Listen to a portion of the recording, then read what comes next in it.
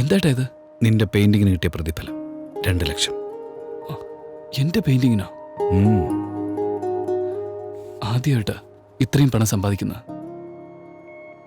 അല്ല, സമ്പാദിക്കുന്ന പോയിട്ട് കാണുന്നതേ ആദ്യമായിട്ടാ. എനിക്കറിയായിരുന്നേട്ടാ, ചെറിയ കുട്ടിയായിരിക്കുമ്പോഴേ വെള്ള പേപ്പറൊക്കെ കാണുമ്പോ കൈയൊക്കെ വിരിവിരാ വരും, എന്തെങ്കിലുമൊക്കെ വരയ്ക്കാൻ തോന്നും. പക്ഷെ അന്ന് തോന്നിയില്ല, ഇപ്പൊ തോന്നി. ഇനി കാണിച്ചു തരാം ഞാൻ ആരാണെന്ന്. ഇനി ആർക്കും എന്നെ കൺട്രോൾ ചെയ്യാൻ പറ്റില്ല. ഇനി വിശ്രമമില്ല ഈ ചിത്രകാരൻ ശ്രീനുവിന്.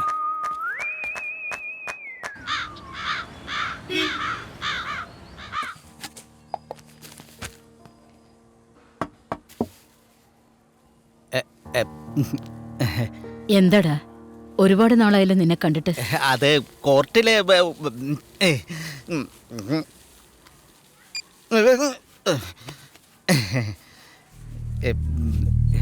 എന്താ അത്? ശ്രീനു തന്നയച്ചതാ. എന്ത്? ശ്രീനു ഈ പണം ഇവിടെ തരാൻ പറഞ്ഞു.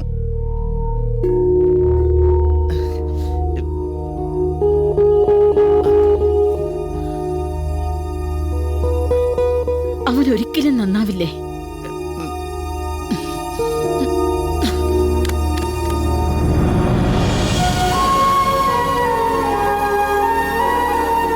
ഓ, ചെന്നവനോട് പറയേ, ഇന്നു മുതൽ അവനും ഈ വീടുമായിട്ട് യാതൊരു ബന്ധവുമില്ലെന്ന്. ഇപ്പൊ അവൻ എന്റെ ശമ്പളം കുറവാണെന്ന് തോന്നുന്നുണ്ടായിരിക്കും. ഇത്രയും കാലം ഈ കുടുംബം എന്റെ ചെറിയ ശമ്പളത്തിലാണ് കഴിഞ്ഞു പോകുന്നത്. ഇനിയും അങ്ങനെ തന്നെ തുടരും. അവന്റെ കാരുണ്യം എനിക്ക് ആവശ്യമില്ല. ചെന്ന് പറയേ.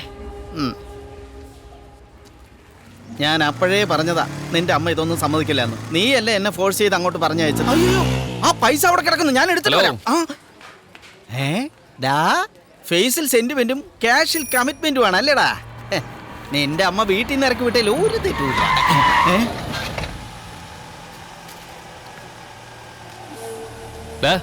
എന്തിനാണ് ഇവിടെ വന്നത്? കൊച്ചു പിള്ളേരെ പഠിപ്പിക്കാനാ? ഇനി നിന്നിവിടെ കണ്ടാലുണ്ടല്ലോ. വൈകുന്നേരം കാണടാ, നീ വിട്ടോ. ഏയ് ഓടാ.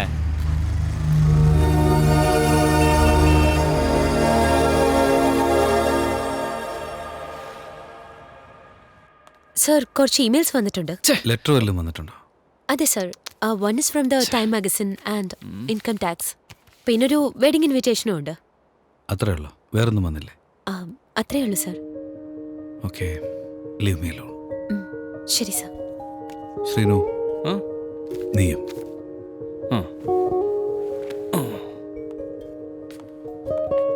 കേട്ടാ, ഏതോ ലെറ്ററിന്റെ കാര്യം പറഞ്ഞില്ലേ? ഇതാണോ അത്? ലെറ്റർ പോലെ തോന്നില്ലല്ലോ. ഫോട്ടോയാണോ? ഫോണിൽ ആരംഭിച്ച് ഫോട്ടോ വരെ എത്തിയെന്നാണല്ലോ തോന്നുന്നത്. ഏയ് ശ്രീനു, പറയുന്നേക്ക് ശ്രീനു. വേണ്ട.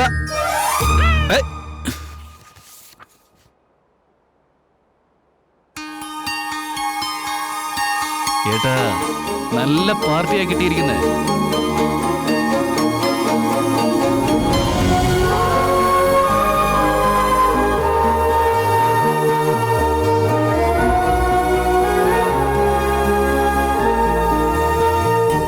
പുറകിലെന്തോ എഴുതിയിട്ടുണ്ടല്ലോ.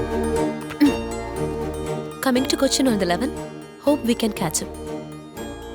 സബ്ടൈറ്റിൽസ് മലയാളം മലയാളം ഞങ്ങൾക്ക് മനസ്സിലാവണ്ടേ? 11th ഞാൻ കൊച്ചിയിൽ വരുന്നുണ്ട്. മീറ്റ് ചെയ്യാൻ പറ്റുമോ? മീറ്റ് ചെയ്യാൻ പറ്റുമെന്നോ? ചെയ്യുന്നു.